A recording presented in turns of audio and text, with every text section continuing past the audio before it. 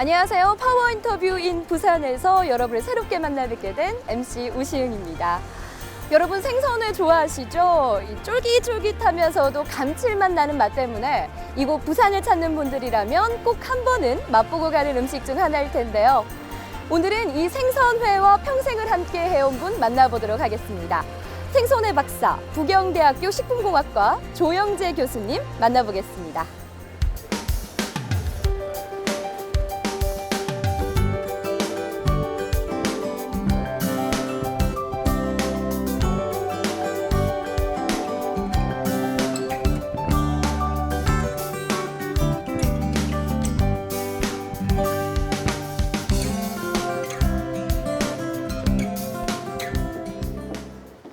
안녕하세요, 교수님. 안녕하세요. 반갑습니다. 반갑습니다.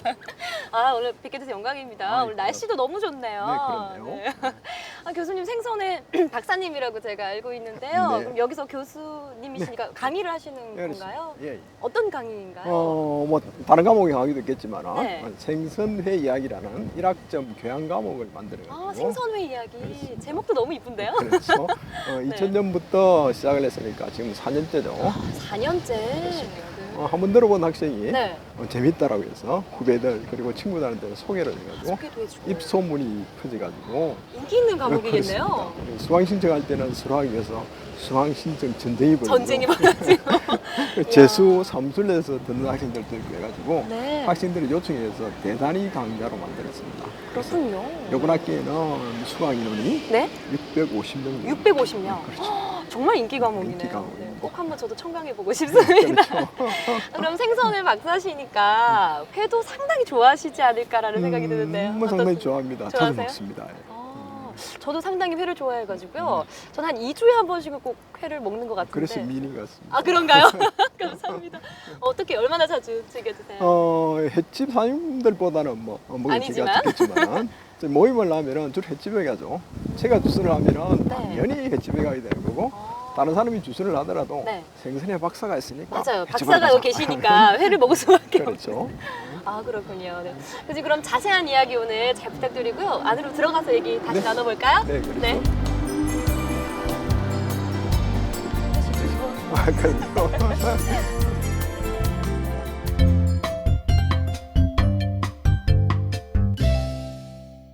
네, 교수님, 우리가 이제 실내로 자리를 옮겼는데요. 여기는 어딘가요? 여기는 동보고관이라는 곳입니다. 아, 네. 여기서 국제회의도 하고 아, 국제회의도 유학생들이 하는? 많으니까 아, 그런 유학생들을 곳인가요? 서비스하는 그런 쪽이죠. 네.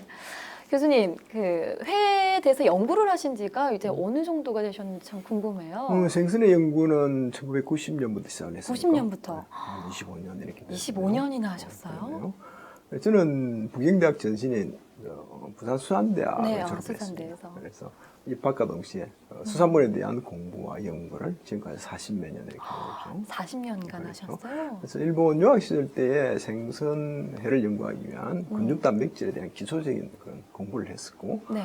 기후에서는 뭐 액젓이라는 젓갈이라든지 또 부산의 대표 어묵이라든지 이런 것들에 대한 연구를 했습니다만 아니, 그런데 이 생선회에 대한 연구라는 게 참 사실은 생소하거든요. 저 입장에서는. 네. 그렇죠. 어떻게 처음에 연구를 하게 되셨는지 그 계기가 참 궁금합니다. 그렇죠. 그래서 수산물에 대한 공부를 해왔었고 또 부산의 지리적인 특성상 생선의 소비량이 많고 그렇죠. 또 우리나라 대표적인 생선의 도시로 알려져 있죠. 네. 그런데 그걸 가만히 보니까 생선의 식문화가 체계적이지 못한 부분도 있고 그래서 이거를 연구하면 재미나겠다는 그런 생각으로 시작을 한 거죠. 그러셨군요. 아, 좀 전에 그 일본에 유학 생활을 하셨다고 제가 들었는데 이 생선회를 연구하려면 일본을 꼭 유학을 가야 하는 건가요?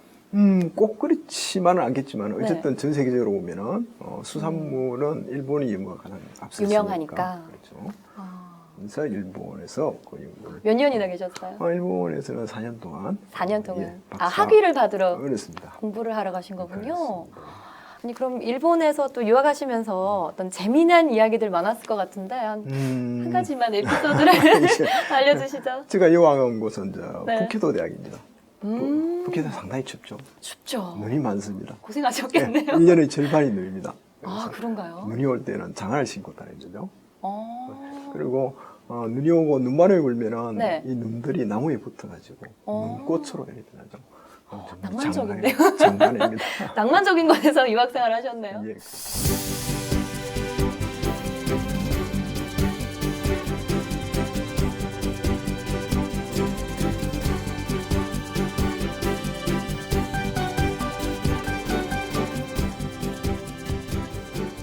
아니 근데 일본이 참 이 회로 유명하잖아요. 근데 사실은 우리나라도 이 회를 즐겨 먹는 걸로는 정말 뒤지지 않거든요. 네. 그런데 외국 사람들이 봤을 때는 생선회 하면 또 일본이라고 생각을 한단 말이죠. 우리나라도 이렇게 일본처럼 생선회를 좀 세계화시킬 수 있는 어떤 노력이 필요할 것 같은데 어떻게 생각하세요? 당연히 필요하죠. 네. 지금 보면은 그 생선회가 일본 음식이라고 생각하는 그런 사람들이 많죠. 대부분이죠. 네. 근데 실제로는 일본은 초밥 위주로 먹는 초밥 식문화를 갖고 있는 그런 나라입니다. 그래서 초밥을 지금 세계화시키고 있죠. 대단합니다. 그렇죠. 세계 곳곳에 초밥집이 있으니까요. 근데 생선회는 전 세계적으로 우리가 가장 많이 먹는 네. 우리가 생선의 종류국이죠. 그렇다면은 이 생선회를 우리가 많이만 먹을 것이 아니고 네. 일본의 초밥처럼 생선의 식문화를 과학적으로 체계화시켜서 세계화시켜야 된다라고 저는 생각을 합니다. 거기에 대한 연구를 지금 또 하고 네, 계시고요, 그렇죠. 그렇죠? 이 부산도 참 회로 유명합니다, 그렇죠? 이 뭐 관광객들이 오면은 특히 이 광안리 쪽에 또 회센터가 참 많잖아요. 그렇죠? 그런데 요즘은 또 상권이 참 많이 죽었다라는 생각이 또 들어요. 어떤 활성화 방안이 있을까요? 뭐 광안리 같은 경우에는 부산시 내에서도 횟집이 가장 많고 네. 또 그게 가장 많죠. 우리나라에서도 네. 또 세계에서도 제일 큰 생선의 타운입니다. 근데 그게 좀 경제가 좀 별로 좋지 않은 그런 부분도 네. 있을 거고 또 횟집의 개수가 너무 많은 부분도 있을 거고 또 다른 하나는 특화지지 못한 부분이죠. 덩치는 크고 규모는 크지만 그 실상을 실속이 보면 없네요. 특화되지 못하고 네. 경쟁력이 없는 그런 형들도 있습니다. 그리고 부산이 우리나라 생선의 대표 도시라 되죠. 그렇죠. 부산이 알려져 있습니다만 그것도 실속을 보면은 실속이 뭐 특화, 경쟁력 이런 것들이 없죠. 좀 더 체계화적으로 그렇죠. 만들어가야겠네요. 따라서 우리 부산 생선을 특화를 시키기 위해서는 타 도시와 차별화돼야 되겠죠. 그래서 저는 십몇 년 전부터 네. 차별화시키기 위해서는 세계 최초의 생선의 박물관, 체험관을 만들자는 얘기를 생선 박물관. 네, 그렇죠. 너무 좋은 생각인데요? 네. 부산 시민들이라든지 타지에서 오는 관광객들 또는 외국에서 오는 사람들한테 그 생선을 체험을 하도록 만들어주고 또 볼거리를 제공하고 해가지고 타 도시와 차별화되는 특화된 쪽으로 가야 된다고 생각합니다. 차별화된 특화가 필요하다라는 네, 말씀이시네요. 그렇죠. 그 연구를 하고 계시고 대단하십니다. 이렇게 많은 분들이 참 생선회를 좋아하시는데요.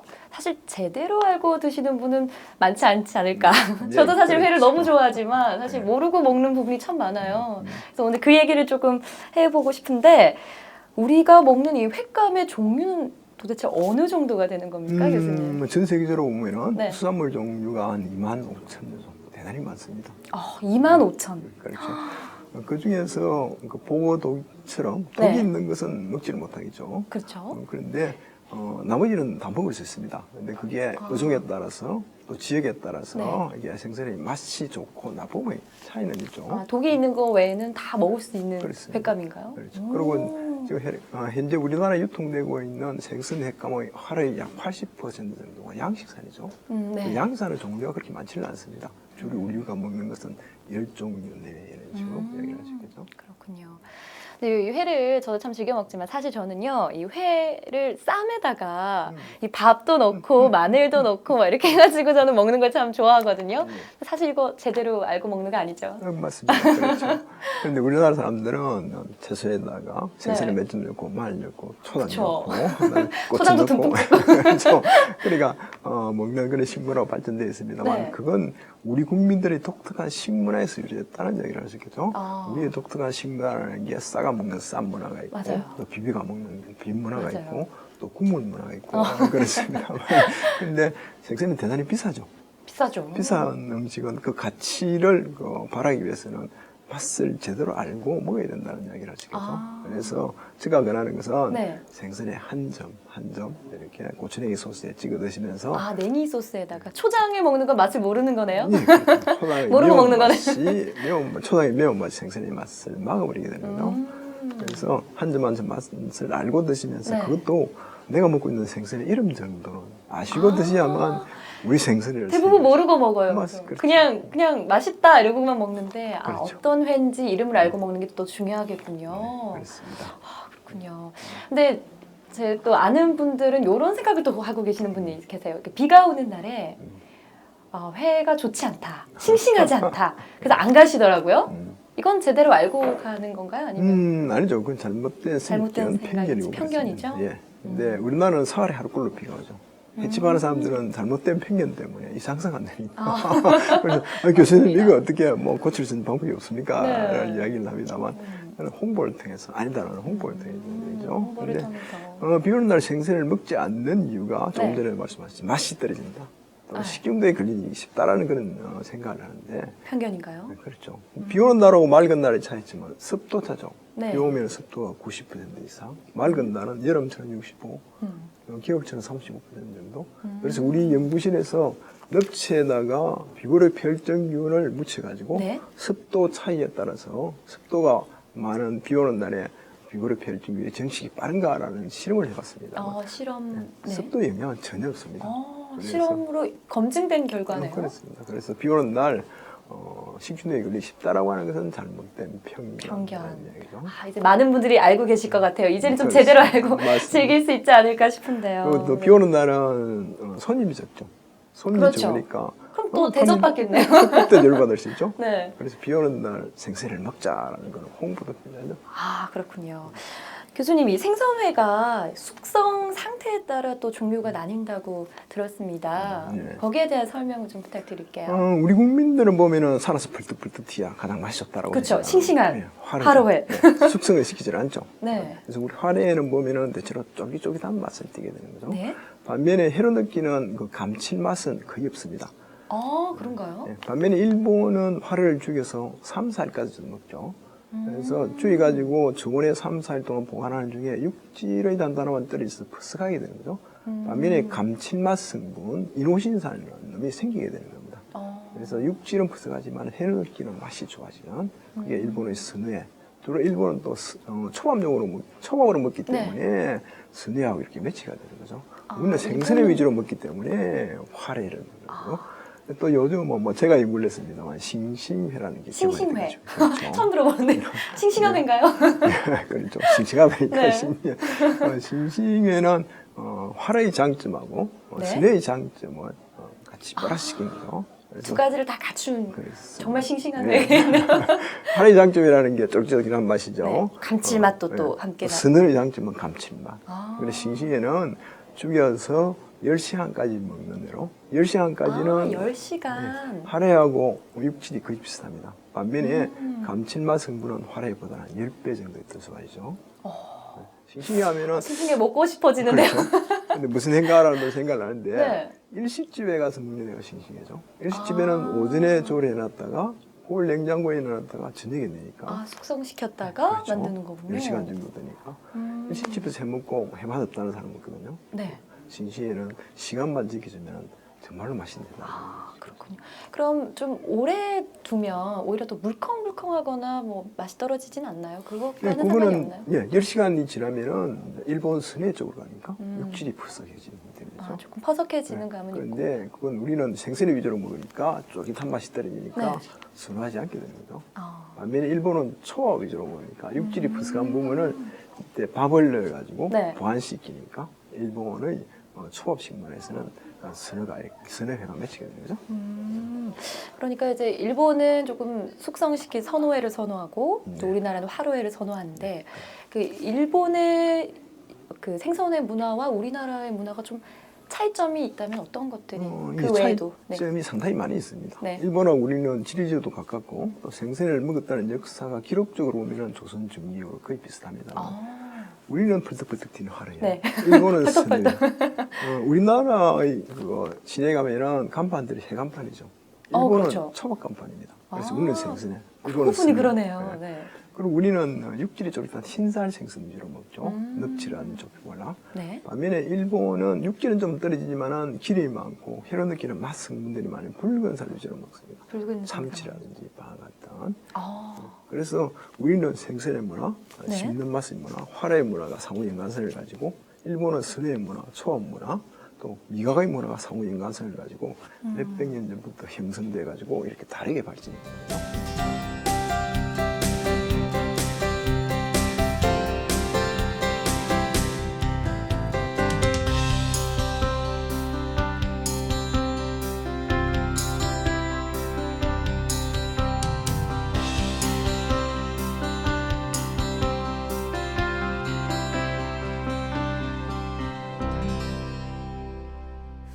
생선회 연구로 항상 힘을 쓰고 계시는데 혹시 다른 취미는 없으세요, 교수님?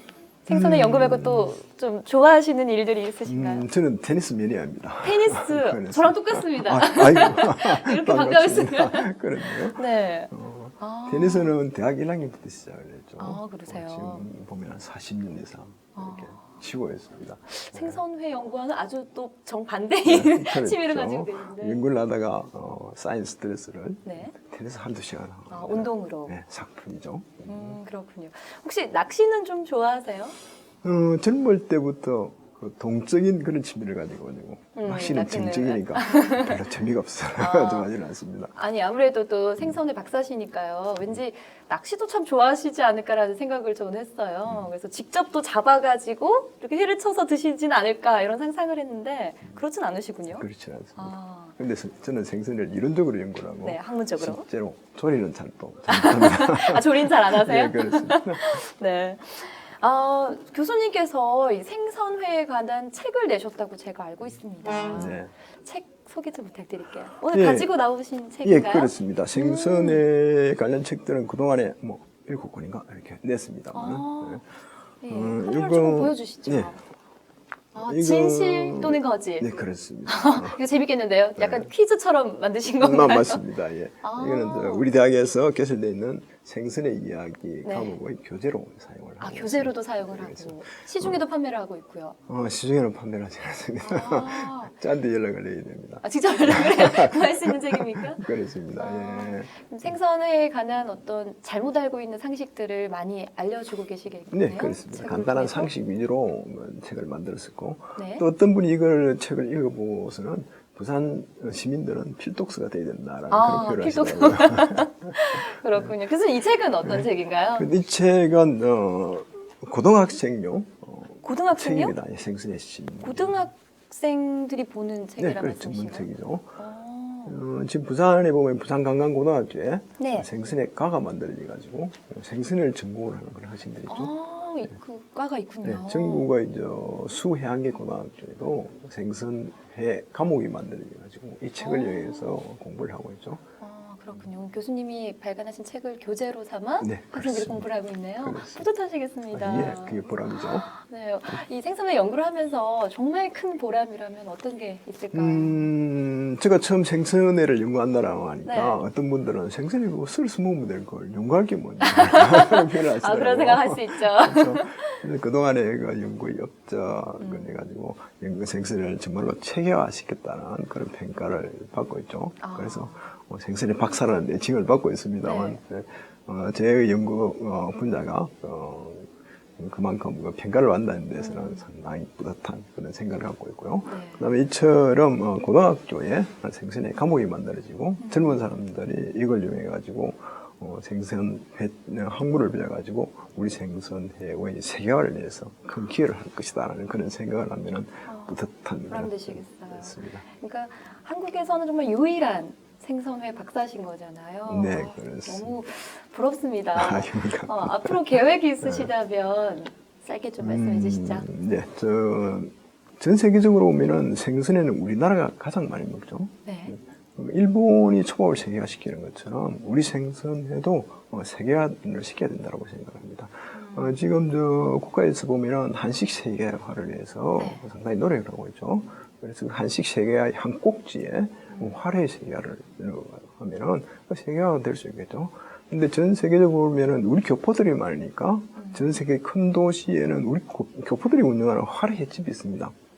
그 횟집을 교도부로 하면은 우리 화훼 세계가 가능하다라고 저는 이야기를 하고 있습니다. 네. 정말 꼭 좋은 일 많이 해주시고요. 꼭 세계화 시켜주셨으면 좋겠습니다. 네, 오늘 말씀 대단히 감사합니다. 예, 감사합니다.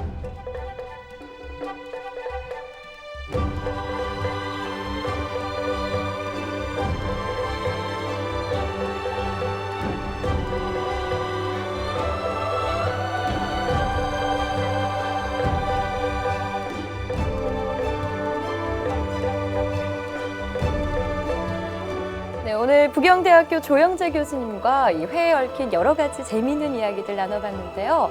앞으로 많은 분들이 제대로 회를 알고 즐겼으면 좋겠다라는 생각 해봅니다. 오늘은 여기까지고요. 다음 시간 다시 찾아뵙겠습니다. 함께해 주신 여러분 고맙습니다.